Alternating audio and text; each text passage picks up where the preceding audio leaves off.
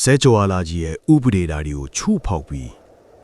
တေထင်းတရားရဲ့နယ်နစ်မိတ်ထဲကိုခြေလန်းကျူးကျော်မိရင်ဘာဖြစ်မလဲလူသားတွေဟာအတိပညာကိုရှာဖွေရင်းနဲ့တခါတရံမှာနတ်ဆိုးတွေကိုကိုယ်တိုင်ဖန်တီးမိတတ်ကြပါတယ်ဒီနေ့မှာတော့ကဘာကြီးရဲ့အစွန်စွန်းရေခဲပင်ကြီးထက်မှာသူ့ရဲ့အတ္တတွေကြောင့်ဘဝပစ်ခဲ့ရတဲ့လူတစ်ယောက်ရဲ့နောင်တအရာကိုကျွန်တော်တို့နားထောင်ကြည့်ကြပါမယ်ဒါဟာကြောက်စရာကောင်းတဲ့ဘီလူတစ်ကောင်ရဲ့ပုံမြင်မဟုတ်ပါဘူးဒါဟာချစ်ချင်းမေတ္တာကိုငတ်မှုခဲ့တဲ့ဝိညာဉ်တစ်ခုနဲ့ဖရာသခင်လိုကြင်ကြံမိခဲ့တဲ့လူသားတစ်ယောက်အကြောင်းပဲဖြစ်ပါတယ်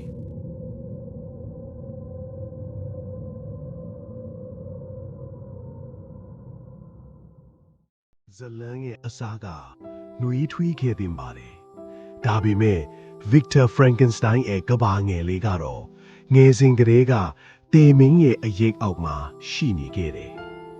သူ့ရဲ့ဖခင်ဖြစ်သူ Leopold ဟာအေးဆက်တဲ့ကြောက်ရွံ့လူမျိုးပါ Victor အတွက်တော့သူ့အမေ Claire ဟာတူးတဲသောနတ်သမီးလေးပဲဖြစ်ပါတယ်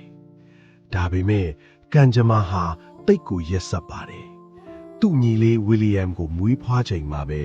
သူ့အမေ Claire ဟာဝမ်းနည်းဖွယ်ဆုံးပါသွားခဲ့တယ်။အဲ့ဒီအချိန်မှာကလေးငယ် Victor ရဲ့မျက်လုံးထဲမှာတေမင်းဓမန်းကိုပထမဦးဆုံးမြင်လိုက်ရတယ်လို့သူယုံကြည်ခဲ့တယ်။အဲ့ဒီနေ့ကစပြီး Victor ဟာရိုးရိုးသားသားရှင်သန်ဖို့မကြိုးစားတော့ဘူး။သူဟာတေခြင်းတရားကိုရန်လိုတတ်မှတ်ပြီးဒါကိုအနိုင်ယူဖို့သိပ္ပံပညာရဲ့အမှောင်ဘတ်ချမ်းကိုခြေစုံပြစ်ဝင်လိုက်ပါတော့တယ်။ထောင်ရှိလာ55ခုနှစ်မှာတော့သူဟာစီးကြောင်းသားတစ်ယောက်ဖြစ်လာခဲ့ပြီမဲ့သူ့ရဲ့စိတ်ကူးတွေကတော့ကြောင်းရဲ့စီးခန်းတွေကိုကြော်လွန်နေခဲ့ပါပြီ။လူသေးကိုပြန်ရှင်စေရမယ်ဆိုတဲ့အစွဲအလန့်ဟာသူ့ကိုအယူတစ်ယောက်လိုဖြစ်စေခဲ့ပါတယ်။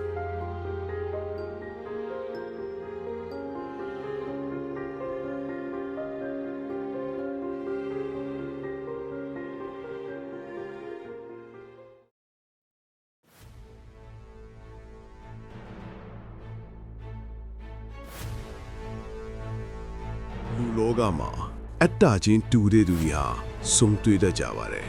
။ Victor ရဲ့ယူတမှုကိုနားလည်ပြီးမဲ့သူကတော့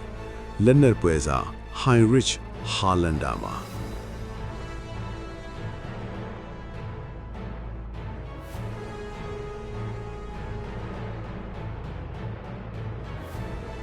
Harlander က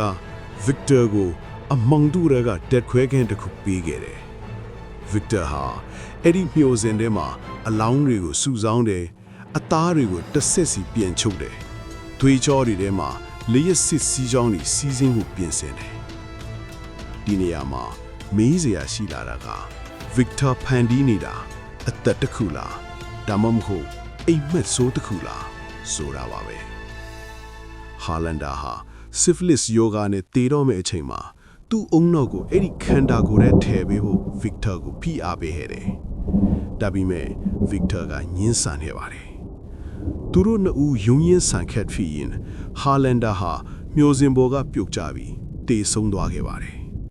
ဒါဟာ Victor ရဲ့ဖန်တီးမှုမွေးဖွားမလာခင်ကတည်းကပေးလိုက်ရတဲ့ပထမဆုံးသွေးပဲဖြစ်ပါတယ်။မုန်တိုင်းထန်တဲ့အဲ့ဒီညမှာကောင်းကင်ယံကလျှက်စီးတွေဟာ Victor ရဲ့စက်တွေကိုစီးဝင်သွားခဲ့တယ်။အဲ့ဒီခန္ဓာကိုယ်ကြီးထဲမှာနှလုံးခုတန်တစ်ခုစတင်ခဲ့ပါပြီ။ Victor အောင်မြင်သွားခဲ့ပြီ။သူဟာဘုရားသခင်ရဲ့အလုပ်ကိုလုပ်နိုင်ခဲ့ပြီ။ဒါပေမဲ့အဲ့ဒီတတ္တဝါကြီးရဲ့မျက်လုံးတွေပွင့်လာပြီးသူ့ကိုကြည့်လိုက်တဲ့အခါမှာတော့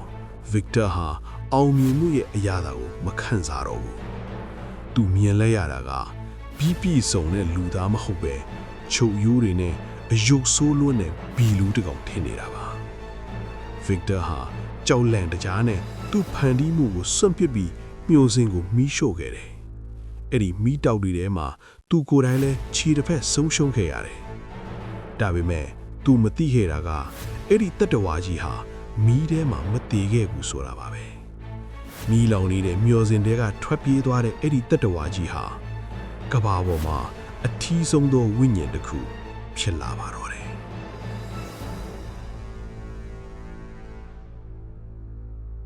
တတဝါကြီးဟာ တိုးထဲမှာပုံကောင်းနေရင်မျက်မမြင်အဖိုးအိုတယောက်ရဲ့အိမ်နားမှာနေထိုင်ခဲ့တယ်။သူဟာတိတ်တဆိတ်ကူညီပေးတယ်။သူတို့ရဲ့စကားသံတွေကိုနားထောင်တယ်။သူဟာစကားပြောတတ်လာတယ်။စဖတ်တတ်လာတယ်။ပိုပြီးထူးခြားတာကသူဟာမိတ္တရဲ့အရာသာကိုသိလာတာပါပဲ။သူ့ရဲ့ရုပ်သွင်းကိုမမြင်ရတဲ့အဖိုးအိုအတွက်တော့ဒီတတဝါကြီးဟာကမ္ဘာပေါ်မှာအကျဉ်းနာဆုံးတငယ်ချင်းတစ်ယောက်ပါတတဝါကြီးဟာသူ့ကိုယ်သူဘီလူးလိုမထင်တော့ဘူးသူဟာလူသားတစ်ယောက်လိုခံစားချက်တွေရှိလာခဲ့တယ်ဒါပေမဲ့ကမ္ဘာကြီးကတော့သူ့ကိုလက်မခံခဲ့ဘူးအဖိုးကိုဝင်ပုတွေရန်ကနေကဲတင်ပေးခဲ့ပေမဲ့ကျန်းနယ်မိသားစုဝင်တွေကသူ့ကိုမြင်တဲ့အခါနှဆိုးလိုတတ်မှတ်ပြီးတနတ်တွေနဲ့ဝိုင်းပစ်ခဲ့ကြတယ်အဲ့ဒီအချိန်မှာပဲတတဝါကြီးကနားလည်သွားခဲ့တယ်သူ့ရဲ့တည်ရှိမှုဟာ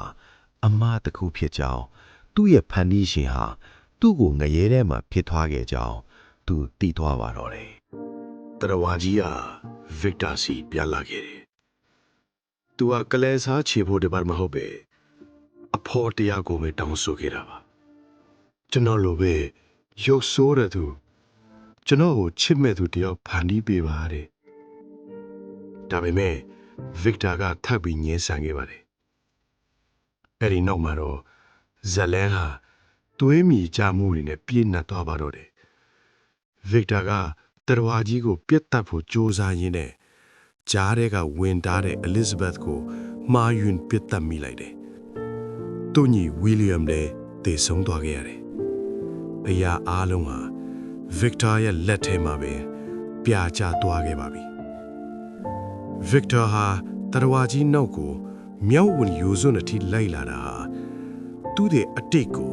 တပ်ဖို့ကြိုးစားနေတာပါဒါပေမဲ့အဲ့ဒီရေပင်ကြီးထက်မှာသူရှာတွေ့လိုက်တာကတော့နောင်တတို့နဲ့ပြည့်နေတဲ့သူ့ကိုယ်သူပါပဲ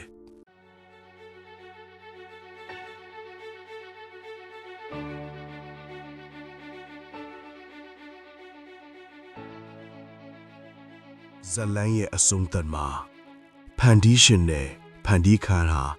တယောက်ကိုတယောက်ခွင့်လွတ်ခဲ့ကြပါလေဗစ်တာဟာတတဝါကြီးကိုတားတယောက်လိုအတိအမှတ်ပြုပြီးနောက်မှာငြိမ်းချမ်းစွာတည်ဆုံသွားခဲ့တယ်တတဝါကြီးဟာလည်းသူ့ကိုဖန်တီးခဲ့တဲ့ဖခင်ကိုခွင့်လွတ်ခဲ့ပါတယ်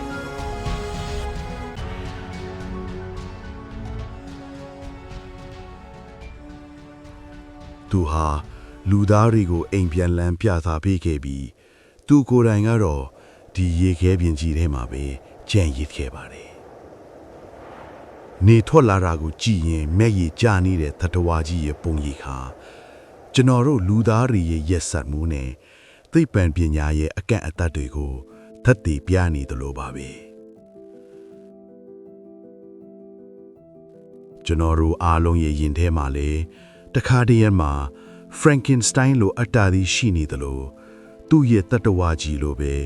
ချစ်ချင်းမေတ္တာကိုငှန့်မွန်နေတဲ့ဝိညာဉ်တွေလည်းရှိနေနိုင်ပါတယ်။သင်ရော